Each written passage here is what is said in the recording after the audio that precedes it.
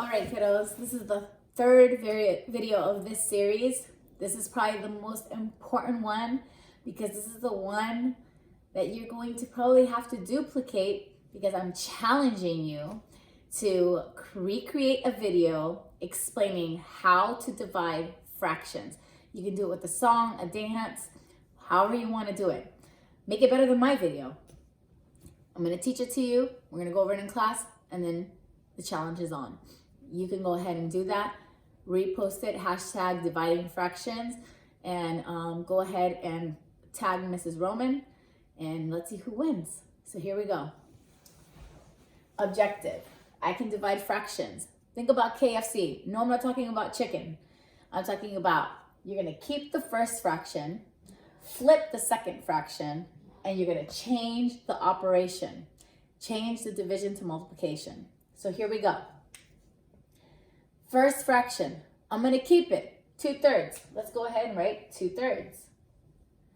Flip the second fraction. When you flip it, that's called the reciprocal. So 1/4 actually becomes 4/1.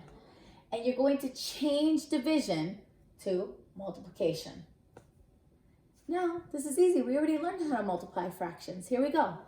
2 times 4 is 8, and 3 times 1 is 3. Now I have 8/3. Hey, we already learned how to change improper fractions to mixed numbers. So here we go. Let's change it. I'm going to do 8 divided by 3.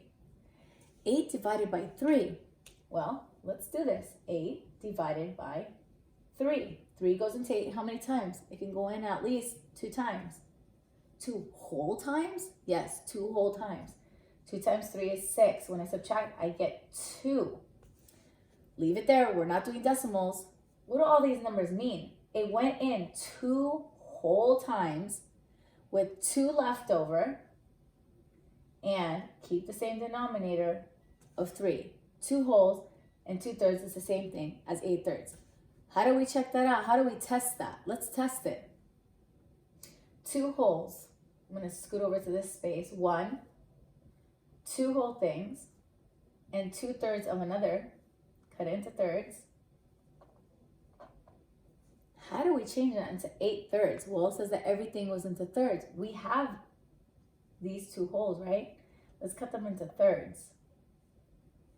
Is that a total of 8? Yes, it is. 3 plus 3 is 6, plus 2 is 8. Those are the 8/3. And it's also 1 whole, 2 wholes, and 2 little thirds. All right, boys and girls. Let's try it again with something a little bit more complicated. Let me just leave that up here. 2 wholes and 2/3. Here we go. You might get a mixed number divided by a fraction. So what do I do with that mixed number? What do? We change it to an improper fraction. 2 times 5 is 10. 10 plus 1 is 11. 11/5 divided by 2/4. All right, let's think about KFC, not the fried chicken, but for math. Here we go. Keep the first fraction, so I'm going to keep 11/5. Flip the second fraction to the reciprocal, so that becomes 4/2. Change the operation. Notice Miss Roman is already all her steps down in order so that we don't make this messy. 11 times 4 is 44. And 5 times 2 is 10. That's an improper fraction. I can't keep it like that. I have to change it to a mixed number. So how do we do that? 44 divided by 10. But we're not going to make it into a decimal today. Change it to a mixed number. So we're going to do 44 divided by 10. 10 times what gets me close to 44? 4. It goes in 4 whole times. 4 whole times. When I say 4 wholes, I'm going to make my number nice and big, 4 wholes, because that's going to be my mixed number.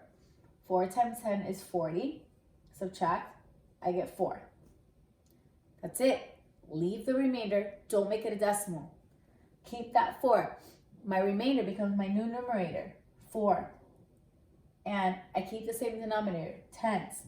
Some of you say, hey, Miss Roman, I can reduce that. Yes, we can. You can't reduce the whole number. You can reduce the fraction. So it becomes 4 wholes. What's half of 4? 2. What's half of 10? 5. So the final answer is 4 wholes and 2/5. All right, boys and girls, there's a lot of steps involved, but you can do it. Good luck.